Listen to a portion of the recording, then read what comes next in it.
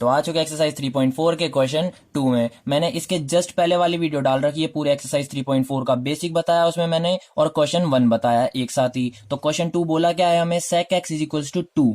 अब मैंने बताया कि भाई फॉर्मूले में हमारे कितने कितने फॉर्मूले थे।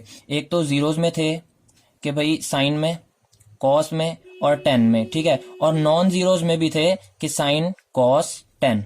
यही हमें 3 और 6 फॉर्मूले दिए हुए थे। इसका साइन फॉर्मूला, कॉस का फॉर्मूला और टेन का फॉर्मूला, इसमें साइन कॉस टेन। तो अब मुझे पता है कि सेक का फॉर्मूला मुझे नहीं पता है ना। मैंने बताया था बेसिक में कि मेरे पास सेक का कोई फॉर्मूला नहीं था। तो मुझे किसी ना किसी तरीके से सेक को या तो साइन में कन्वर्ट करना पड़ेगा, या कॉस में कन्वर्ट करना पड़ेगा, या टेन में कन्वर्ट करना पड़ेगा, तभी हमारा मतलब कुछ सॉल्व हो पाएगा आगे। तो मैं फॉर्मूला लगा सकता हूँ, क्योंकि मुझे सेक का फॉर्मूला नहीं पता, साइन कॉस टेन का फॉर्मूला पता है। तो अब मैंने कहा मैं सेक को क्या कर सकता हूँ, इनमें से साइन तो बन नहीं सकता, टेन बन नहीं सकता, बनेगा क्या, कॉस। क्योंकि मुझे पता है कि cos theta is equals to होता है 1 सेक थीटा। अगर कॉस थीटा निकालना है तो 1 सेक थीटा, और अगर सेक थीटा निकालना है तो 1 कॉस थीटा। ये आपस में एक दूसरे के उल्टे होते हैं, ठीक है। मैंने फॉर्मूले के बेसिक की वीडियो में बता रखा है। तो अब मैं सेक को कॉस बनाऊंगा, मतलब मैं अगर कॉस निकालना है मुझे, ठीक है, मतलब सेक को मुझे कॉस में बदलना है, तो मैं क्या 1 सेक लिख सकता हूँ। भाई इसको मैंने क्या लिख दिया, sec x is equals to 2 को मैंने लिख दिया। मैं दोनों साइड अपॉन में ले आऊंगा, मतलब मैं सेक को क्या कर दूंगा 1 सेक एक्स, इक्वल में 2 को क्या कर दूंगा 1/2। कर सकता हूं मैं, बिल्कुल कर सकता हूं ऐसा। तो अब देखो ये 1 सेक आ गया, और मुझे क्या पता है कि कॉस थीटा की इक्वल होता है 1 सेक। तो मैं इस 1 सेक की जगह पे कॉस थीटा रख सकता हूं, और इधर एक्स चल रहा है तो मतलब मैं कॉस एक्स रखूंगा। अगर यहाँ पे थीटा होता तो मैं थीटा रखता, पर यहाँ पे एक्स है इसलिए मैं 1 सेक एक्स की जगह पे क्या रख दूंगा, कॉस एक्स इक्वल्स टू, ये हाफ का हाफ ही रहेगा। अब हमारा फॉर्मूला चालू होगा, क्योंकि कॉस मुझे पता चल गया। भाई यहाँ पे कॉस एक्स का कॉस एक्स रहेगा इक्वल, यहाँ पे भी मैं कॉस ले आऊंगा कि कॉस हाफ, ठीक है। अब कॉस में हाफ कितनी बार आता है, 60 टाइम, मतलब 60 डिग्री। कॉस 60 डिग्री होता है 1/2। तो मैं इसको क्या कर दूंगा, cos x is equals to cos 60 degree, ठीक है। तो सबसे पहले तो डिग्री में लिखते हैं कॉस 60 डिग्री। अब मुझे इसको रेडियन में कन्वर्ट करना है, क्योंकि हम लोग जनरल सॉल्यूशन निकाल रहे हैं। हमें पूछा क्या है इस क्वेश्चन में, जनरल सॉल्यूशन और प्रिंसिपल सॉल्यूशन। सबसे पहले हम लोग जनरल सॉल्यूशन निकालते हैं, क्वेश्चन को देख के उसको सॉल्व करके, कोई ना कोई फॉर्मूला लगा के। तो अब cos x is equals to cos 60 degree आ गई। अब मुझे हमेशा डिग्री नहीं, रेडियन में रखना है, तो कॉस का एक्स यही रहेगा इक्वल्स टू कॉस 60 को हम लोग रेडियन में क्या बोलते हैं, पाई/3। ये हो गया रेडियन, ठीक है। तो अब मैंने कहा यार कॉस इज इक्वल्स टू, मतलब cos x is equals to cos alpha, ये वाला फॉर्मूला दिख रहा है।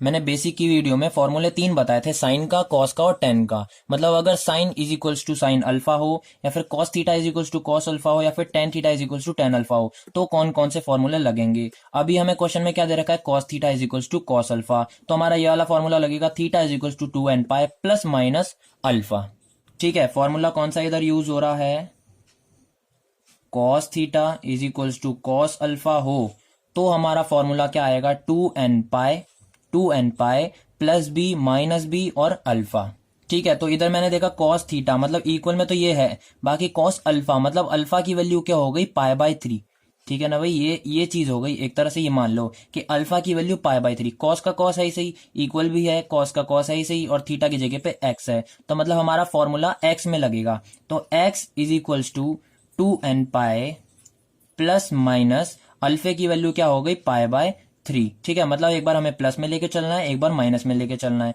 तो अब ये तो आ गया हमारा जनरल सॉल्यूशन, ठीक है। हमें यहां तक ही लाना होता है, बस अल्फा पता चल गया ना, और हमें पता चल गया कि कौन सा फॉर्मूला लगेगा। तो उस फॉर्मूले का भी फॉर्मूला है कि अगर ऐसी चीज हो तो कौन सा फॉर्मूला लगेगा। अगर cos x is equals to cos alpha हो तो कौन सा फॉर्मूला लगेगा, तो वो मैंने फॉर्मूला इधर लगाया, अल्फा की वैल्यू पाई/3 डाल दी। तो यहां तक अब हमारा आ गया जनरल सॉल्यूशन। अब निकालना हमें प्रिंसिपल सॉल्यूशन। तो प्रिंसिपल सॉल्यूशन निकालने से पहले हम लोग जनरल सॉल्यूशन का जो आंसर होता है ना वो उतार लेते हैं। मतलब x is equals to 2n pi plus minus alpha. अब अल्फे की वैल्यू मैंने पाई/3 रख रखी है, मतलब x is equals to 2n pi plus minus pi. ये हमारा रेडियन में चल रहा है।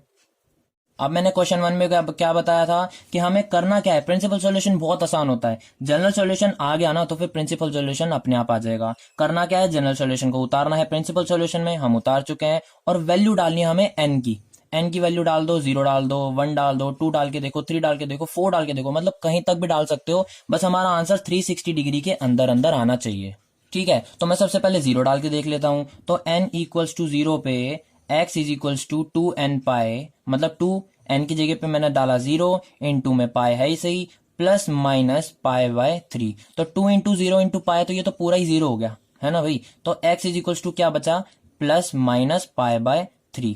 समझ में आ रही बात। 2 इंटू 0 इंटू पाए, मतलब 0 इससे भी मल्टीप्लाई हो गया, इससे भी मल्टीप्लाई हो गया, तो ये तो पूरा 0 हो गया, ये पूरा 0 हो गया। बचा क्या, प्लस माइनस पाए बाय 3। मतलब एक बार हमारी x की वैल्यू आएगी प्लस का पाए बाय 3, और एक बार हमारी x की वैल्यू आएगी माइनस का पाई बाय 3। और हमें क्या बोला है, प्रिंसिपल सॉल्यूशन हमेशा 0 डिग्री से 360 डिग्री में चलेगा। तो ये जो 0 से लेकर 360 डिग्री होती है ना, इनमें हर आंसर हमारा पॉजिटिव आना चाहिए। इधर क्या आ रहा है, नेगेटिव, तो मैं सबसे पहले तो इसको भूल जाऊंगा। अब मैंने इसको सॉल्व करा, तो पाई बाय 3 होता है हमारा 60 डिग्री, तो मतलब मैं 360 डिग्री से छोटा है तो मैं इसको ले सकता हूँ। ठीक है, नेगेटिव की हम लेते नहीं है, पॉजिटिव की लेंगे, और पॉजिटिव 60 डिग्री आ रहा है, मतलब ये 0 से लेकर 360 डिग्री के अंदर अंदर है, मतलब ये हो गया हमारा इंक्लूड। अब हम एन की वैल्यू डालते हैं, 1 डाल के देख लेते हैं एक बार। तो हमारा क्या है, x is equals to 2n pi plus minus pi by 3। N की वैल्यू 1 डाली, x is equals to 2 into 1 into pi plus minus pi by 3। तो ये हो गया 2 इंटू 1 इंटू पाए, हो गया हमारे पास 2 पाए। 2 पाए प्लस माइनस पाए बाय 3, मैंने ले लिया एलसीएम, एलसीएम आया 3, 3 इंटू 2 मतलब 6 पाए प्लस माइनस पाए। तो 6 पाए और पाए, ये मतलब हमें इसको अब एक बार प्लस में लेके चलना है और एक बार माइनस में लेके चलना है। तो मैं इसको लिखता हूं एक बार 6 पाए प्लस पाए बाय 3, और एक बार लिखूंगा 6 pi minus pi by 3। Plus और माइनस को अलग अलग कर लिया, एक बार प्लस ले लिया, एक बार माइनस ले लिया। इसको सॉल्व करूंगा तो आएगा हमारा 7 पाए बाय 3, इसको सॉल्व करूंगा तो आएगा हमारा 5 पाई बाय 3। पाई की वैल्यू डालते जाओ, आंसर निकालते जाओ। 7 इंटू पाई बाय 3 अभी मुझे पता है, जस्ट अभी बताया था मैंने, मतलब क्वेश्चन 1 में बताया था कि 7 पाई बाय 3 होता है 420 डिग्री। ठीक है, और जब मैंने 5 पाई बाय 3 को सॉल्व करा तो 180 और ये कटा 65, 6 30, ये आ गया हमारा 300 डिग्री। तो अब बताओ हमें क्या आंसर लाना है 0 से 360 डिग्री के अंदर। इन दोनों में से कौन सा इन दोनों के अंदर है, मतलब 360 डिग्री से अंदर है, कौन सा है। 420 तो बड़ा हो गया, तो हमने इसको काट दिया, इसको हम लेंगे नहीं, इसको भूल जाओ। मतलब क्या है हमारे पास 300, तो ये आ गया 5 पाई बाय 3, मतलब ये भी इंक्लूड होगा। ठीक है, मतलब इससे बड़ा आ रहा है। अब मैं इनकी वैल्यू 2 नहीं लूंगा क्योंकि बड़ा आ चुका है अब।